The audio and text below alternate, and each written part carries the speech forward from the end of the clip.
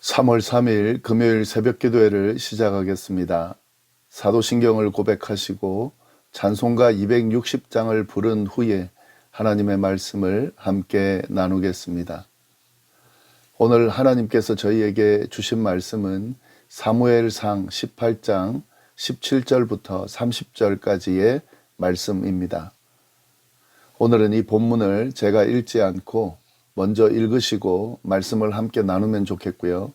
말씀을 나누는 가운데 본문을 하나하나 읽어가도록 하겠습니다. 지금 저희는 몰락해가는 사울의 모습과 점점 더 전면으로 드러나는 다윗의 모습을 계속 살펴보고 있는 중입니다. 오늘 주어진 본문도 그러한 내용이 담겨 있는데요.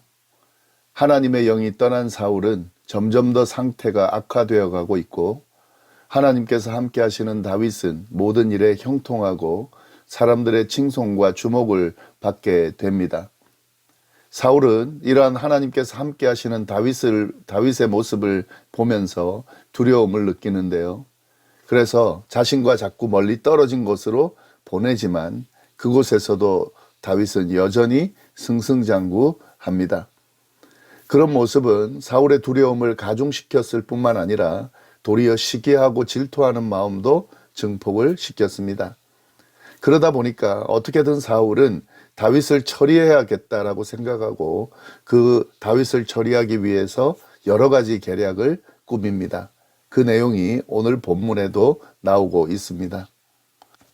그 내용을 한번 보겠습니다. 17절 상반절 말씀 먼저 보시면 사울이 다윗에게 이르되 내 맏딸 메랍을 내게 아내로 주리니 오직 너는 나를 위하여 용기를 내어 여호와의 싸움을 싸우라 하니. 사울이 그의 큰딸 메랍을 다윗에게 아내로 주겠다라고 제안하는 내용이죠. 이것은 다윗에게 있어서 아주 파격적인 제안입니다. 지금 사울은 다윗을 천부장으로 좌천시키고 멀리 변방에 보낸 그런 상황인데요. 다시 다윗이 사울 가까운 곳으로 올 수 있는 그런 제안이죠. 그것도 가족으로 삼아서 다시 불러드리겠다라고 하는 제안이니까 굉장히 파격적인 거죠. 그러나 사실은 이 사울이 그렇게 다윗을 곁에다 두겠다라고 하는 그런 의도는 아니에요. 굉장히 음흉한 의도가 있는 사울의 계략인데요. 자신의 큰딸을 주겠다라고 하면서 다윗에게 뭘 제안했냐면 자신을 위하여 용기를 내어 여호와의 싸움을 싸우라라고 제안을 했습니다.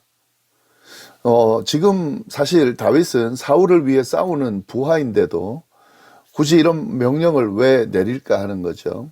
성경은 정확하게 이 사울의 의도를 드러내고 있습니다. 17절 하반절 말씀 보면은 싸움을 싸우라 하니 이는 그가 생각하기를 내 손을 그에게 대지 않고 블레셋 사람들의 손을 그에게 대게 하리라 함이라.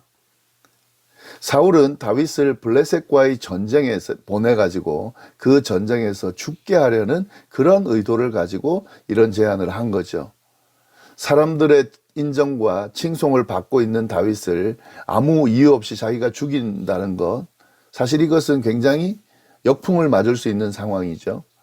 더욱이 하나님께서 함께하는 사람을 자신이 직접 죽이기에는 굉장히 부담스러운 그런 상황이기 때문에 다윗을 블레셋과의 전투에 보내가지고 거기서 블레셋 사람들을 통해서 죽게 만들겠다라고 하는 계략, 그런 의도를 가지고 지금 이 제안을 하고 있는 겁니다.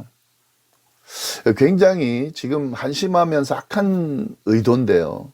어떻게든 지금 다윗을 죽이겠다라고 지금 마음먹고 있기 때문에 자꾸 이런 계략을 세우고 이런 방향으로 가게 되는 거죠. 하나님께서 함께 하시는 다윗을 그냥 인정하고 수긍하면 사실 끝날 부분인데 이 자기의 자리를 욕심내면서 끝까지 붙들려고 하니까 이런 계략을 세우게 되는 거죠. 어떻게든 다윗을 죽이려 하다 보니까 딸을 내놓겠다라고 제안하면서 그렇게 속여서 다윗을 죽이려고 하는 계략을 세우는 겁니다. 이러한 사울의 제안을 다윗은 거절합니다. 18절 말씀에 다윗이 사울에게 이르되 내가 누구며 이스라엘 중에 내 친속이나 내 아버지의 집이 무엇이기에 내가 왕의 사위가 되리이까 하였더니, 다윗은 자신이 왕의 사위가 될 자격이 없다는 이야기를 하면서 사양을 합니다. 예, 이건 이 사울의 의도를 알고 다윗이 거기 넘어가지 않기 위해서 거절한 것, 이렇게도 볼 수 있지만 사실 그것보다는 이것이 다윗의 태도입니다. 자세죠. 그는 무리한 욕심을 내는 사람이 아니었죠. 아주 겸손한 사람이었습니다. 그래서 자신의 처지를 제대로 알고 자신이 왕의 사위로는 적합하지 않다는 걸 인정하면서 거절한 거죠. 그런데 결국에는 이렇게 자신을 죽이려는 사울의 계략으로부터 벗어나는 결과가 주어진 건데요. 하나님께서는 이렇게 자신을 알고 겸손한 모습으로 하나님과 동행하며 살아가는 사람들을 이렇게 붙들어 주시고 보호해 주신다는 사실을 또 우리가 이 말씀을 통해서 볼 수가 있습니다. 여하튼 다윗은 이렇게 거절했습니다. 예, 그리고 이제 19절 말씀 보시면은 사울의 딸 메랍을 다윗에게 줄 시기에 모올랏 사람 아드리엘에게 아내로 주었더라. 예, 이 구절은 좀 황당하죠. 다윗에게 주려고 했던 큰 딸을 모올랏 사람 아드리엘에게 주었다 하는 내용인데요. 이건 해석하기가 좀 여러 가지가 있죠. 지금 다윗이 사양하게 했기 때문에 이제 다른 사람에게 딸을 주었다라는 그런 해석도 가능하지만 잘 읽어보면은 다윗에게 딸을 주려고 했던 시기에 아드리엘에게 주었다는 거죠. 이건 원래 아드리엘에게 사실 보내려고 그러니까 이 메랍하고 아드리엘이 결혼하기로 되어 있는데 다윗에게 주겠다라고 말을 한 거다라고 하는 해석도 있습니다. 어차피 다윗은 죽을 거니까 딸을 이용을 한 거라는 거죠. 원래 줄 의도가 없었기 때문에 다윗을 죽이기 위해서 그런 제안을 한 거라는 거죠. 어떤 해석이든 간에 지금 사실 사울은 딸을 다윗에게 주려는 의도가 없습니다. 그저 자신의 이익을 위해서 딸을 도구로 사용하면서 어떻게든 다윗을 죽이려는 계략을 이행하려고 하는 그런 모습을 보이고 있다는 거죠. 이 사울의 지금 굉장히 악한 모습이 하나 드러나는데요. 어떻게든 자신의 그 이익을 지키기 위해서라면 딸도 도구로 사용하는 그런 사울의 모습을 볼 수가 있습니다. 어쨌든 사울의 이런 계획은 다윗의 거절로 이렇게 끝이 났습니다. 그런데 이렇게 끝날 사울이 아니죠. 지금 다윗을 죽여야 끝이 나는 것이기 때문에 사울의 계략은 계속됩니다. 20절 말씀 보시면은요. 사울의 딸 미갈이 다윗을 사랑하며 어떤 사람이 사울에게 알린지라 사울이 그 일을 좋게 여겼다. 큰딸 이 메랍의 경우는 사울이 억지로 계략에 사용한 거지만 그 다음 다른 딸 미갈은 진짜 다윗을 사랑하고 있었던 거예요. 이 사실을 누군가가 사울에게 전해줬습니다. 그랬더니 사울이 그 일을 좋게 여겼다는 거죠.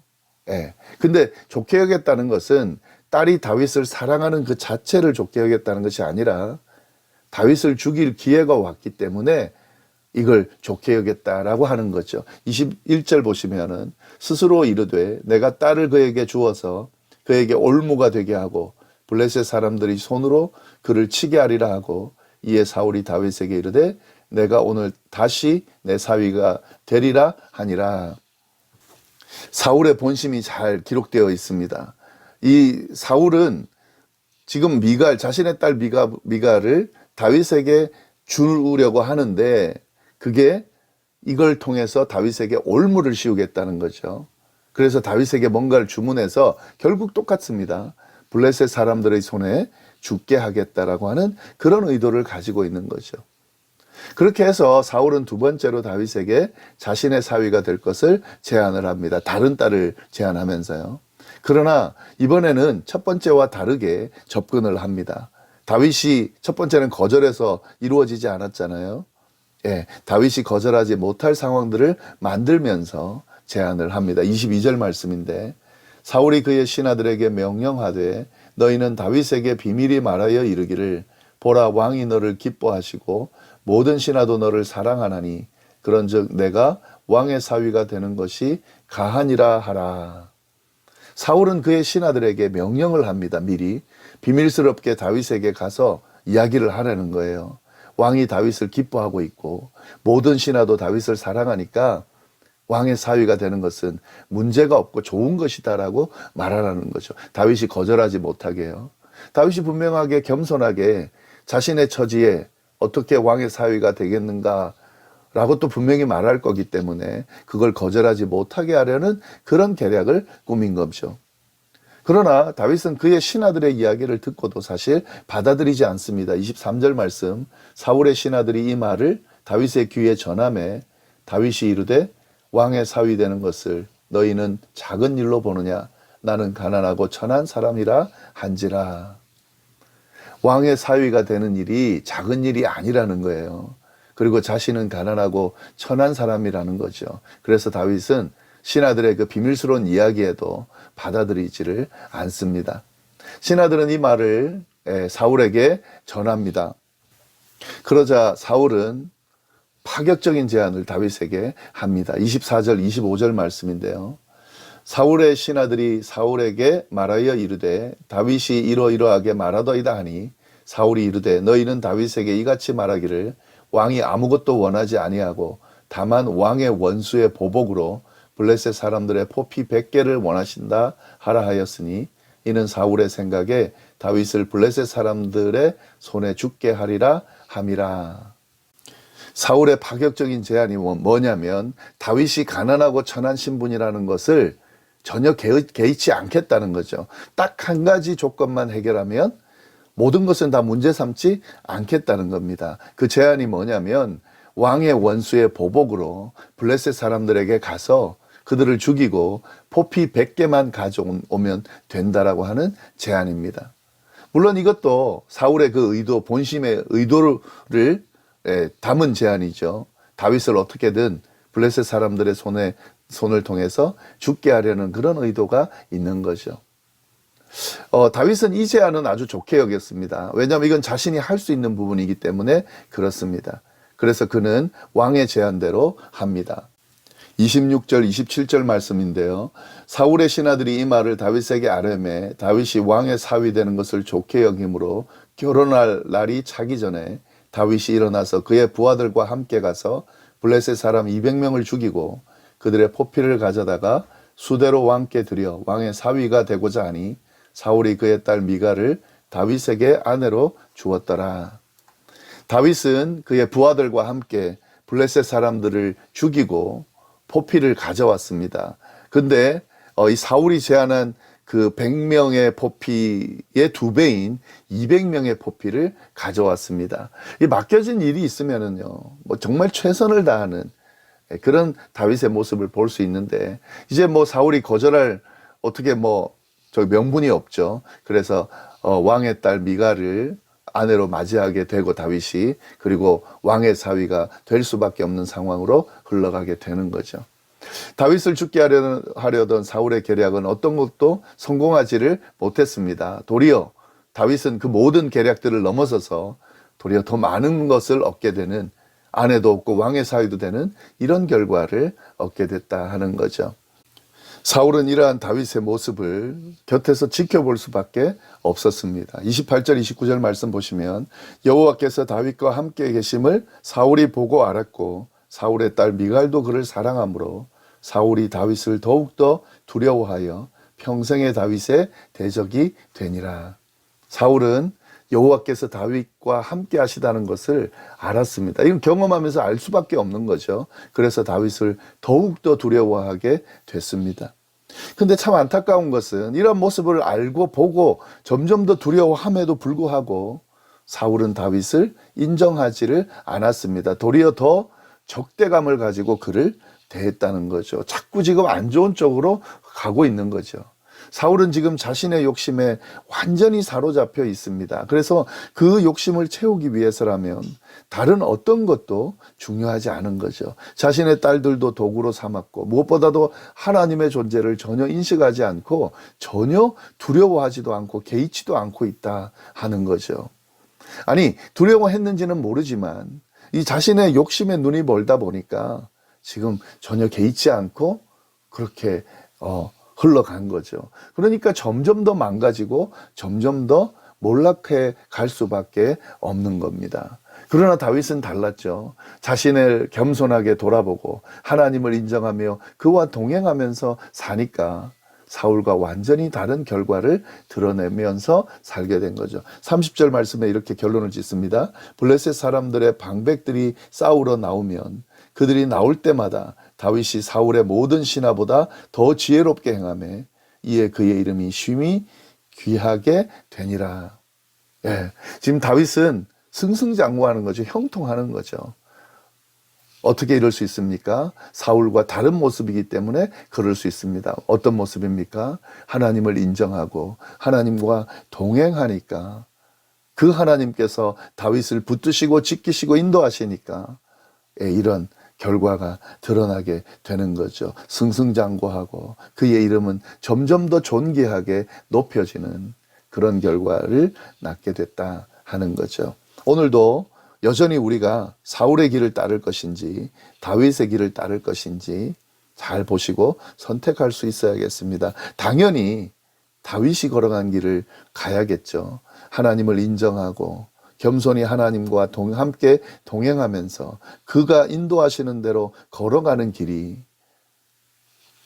형통한 길이고 하나님의 복을 받는 길이고 하나님의 지키심과 인도하심을 통해 삶을 풍성하고 안전하게 지켜나가는 길이라는 사실을 우리가 기억하면서 그 길로 갈 수 있는 우리 모두가 될 수 있기를 바랍니다. 기도하겠습니다. 하나님 아버지 감사합니다. 귀한 말씀으로 오늘 하루를 또 시작하게 하시니 감사합니다. 오늘도 반복해서 하나님과 동행하며 사는 것이 얼마나 큰 복인지, 어떤 엄청난 결과를 얻는지, 또 하나님을 떠난 삶이 얼마나 비참한지 보여주시면서 하나님의 뜻대로 살기를, 동행하며 살기를 독려해 주심에 감사드립니다. 정말 그렇게 삶으로 말미암아 다윗과 같은 그런 아름다운 삶을, 또 다윗이 받아 누린 그런 복된 삶을 사는 저희 모두가 될 수 있도록 인도하여 주옵소서. 감사드리며 모든 말씀 예수님의 이름으로 기도드립니다. 아멘.